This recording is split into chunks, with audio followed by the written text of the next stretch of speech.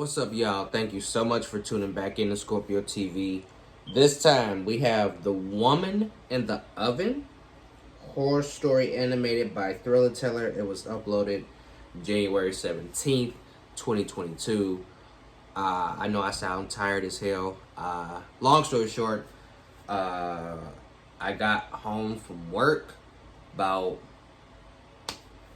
5 o'clock.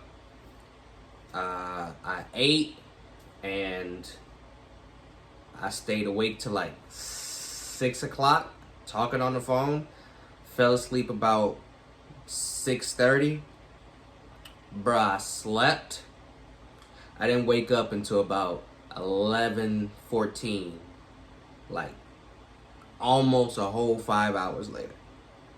Bruh, that was the worst mistake I could have ever made because it is currently 12:57 at night / the morning, and I have to be up for work at 6. So yeah, it's not a fun time. But I have myself to blame. I shouldn't have slept that long. I really shouldn't have went to sleep at all, but it's been a long, stressful ass day. So I had took some ibuprofen and popped a few, took a nap. I was out for damn near 5 hours. Now that's a real nap. But enough rambling. It's late as hell. I can't remember the last time I recorded any material this late at night. So hey, y'all already know all the important links down in the description. Let's get into it.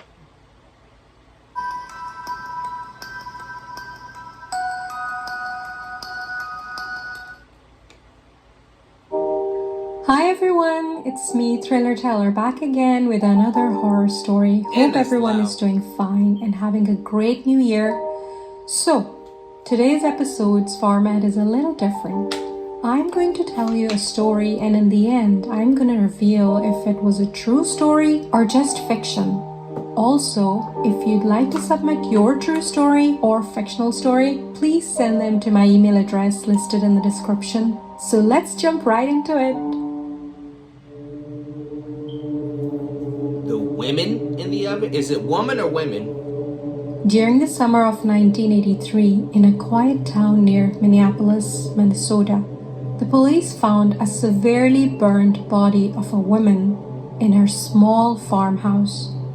The most horrific thing was that her body was found inside the kitchen stove.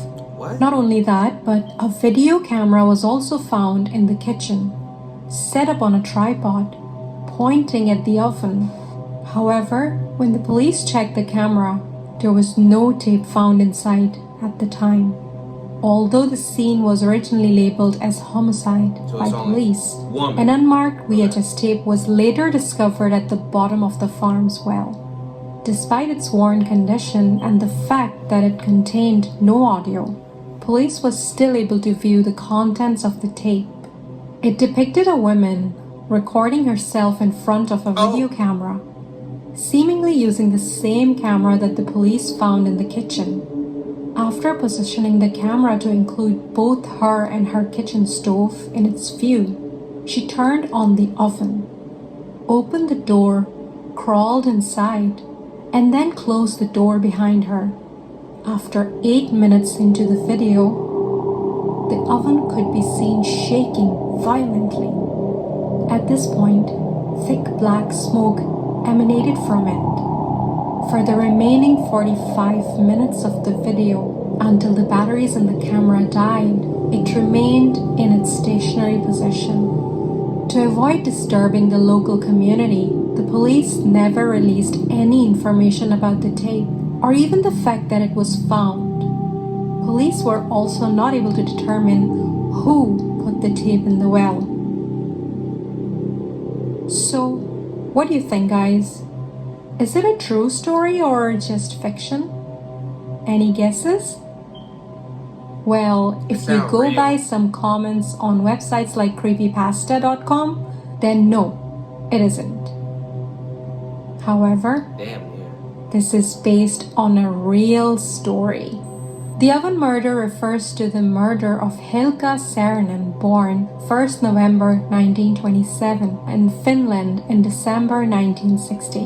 The event is one of Finland's best-known cases of homicide, and the killer has never been officially identified. Hilkka Saarinen was last seen alive in December 1960, aged 33 years.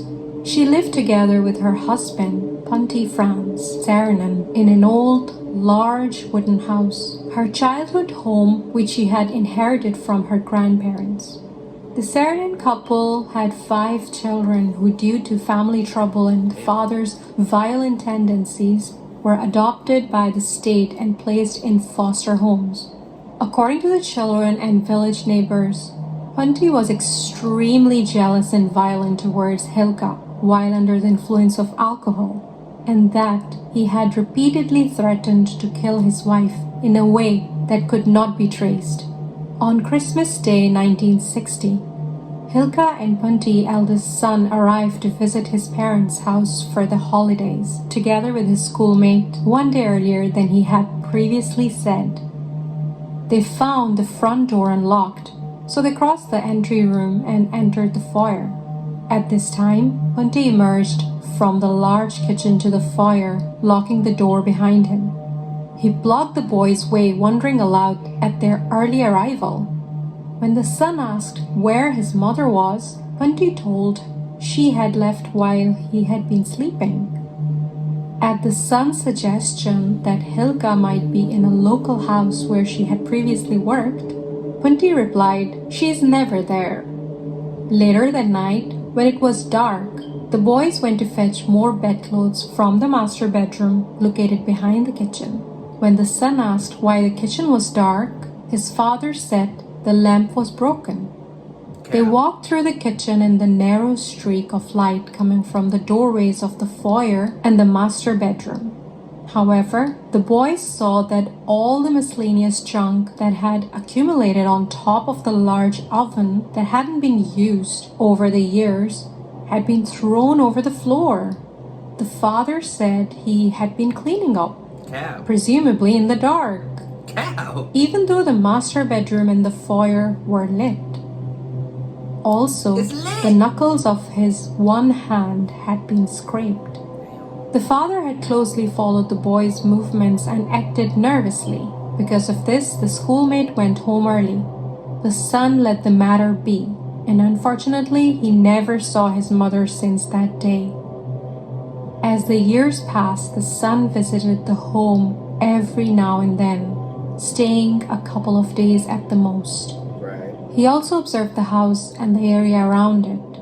He inspected the basement at the end of the house and the outdoor toilet and its surroundings a short distance apart.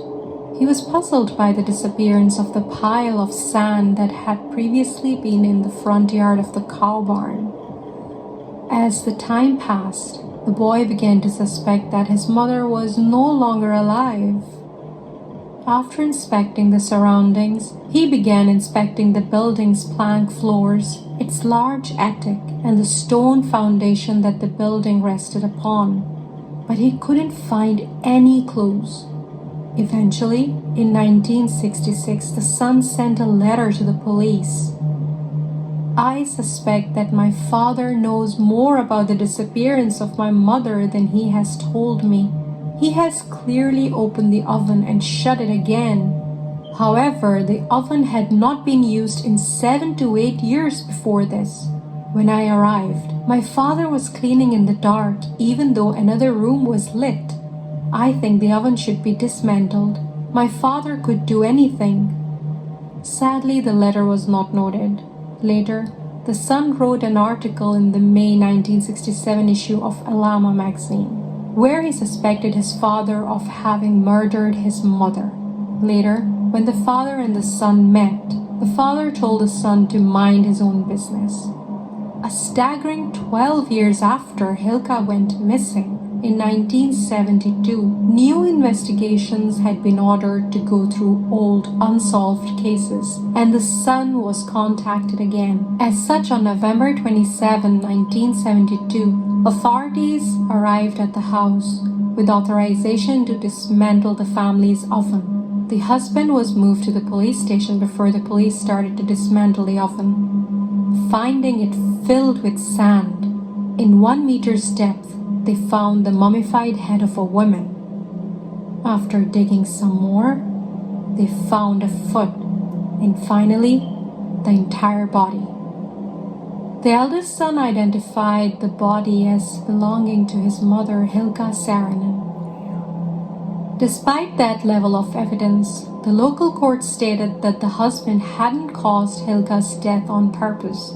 As such, they sentenced him to a pitiful 8 years in prison for severe assault. However, he only served a single year because the district and Supreme Court overturned the sentence, stating that neither the cause nor the manner of Hilka's death was known. They also stated that he couldn't be sentenced after the amount of time that has passed since Hilka's disappearance. Because of this, Hilka's husband was returned to the house, which had been empty all that time, and he lived there alone until his death on August 1st, 1986. Despite that, there does remain one question that makes this a mystery. Did the husband kill Hilka? Or was he actually innocent? Or did she do it to herself, just like in the creepypasta? I guess we'll never know. So that was today's story. If you're into horror stories, I highly suggest subscribing to this channel, and I will see you soon with another horror story. Until then, bye! That was her first video of the new year, I see. It sounded real. So it's based upon a true event. Okay. It sounded like authentic to me. So that's why I said it sounded real. But I don't understand, like, just this woman, or that woman in the story, being so close to her camera. That, like, got me. I'm like, because I wasn't expecting it. Wasn't the father of those kids, wasn't that her friend Benji that usually joins her on, like, those horror explorations they be taking and shit like that? 12 years later, and they only, like, it only made him serve 1 year? I don't know, bro. I understand that's your father, but low-key, you should have gave him the hands. I ain't gonna cap. This dude was cleaning in the dark. Come on, bro. This dude was, like, legit suspect as hell. Like, what other evidence did they need? These dudes, I don't know. That shit, that was some goofy shit. I ain't gonna cap. The father definitely had something to do with it. And if he didn't, why did he try so hard to cover it up? I don't know. What would make a person put themselves in an oven? I gotta be grammatically correct. I'm sorry. And kill themselves. Really? Bro, that don't even sound right. I don't know. What do y'all think? Let me know your thoughts down in the comment section. Leave feedback. Definitely an interesting story. So, the title says The Woman, but at the beginning of the video it says The Women. I was like, bro, you're not going to sit here and tell me that multiple women got cooked or killed and tossed into this oven. Like, that would have been so much worse. But it was just one woman. But definitely let me know what y'all thought about that. Hope you enjoyed. I hope you drop a like, comment, subscribe to the channel. Make sure the bell icon is tapped. I want you all to stay safe, stay blessed, stay humble. And I will see you all in the next video. Peace.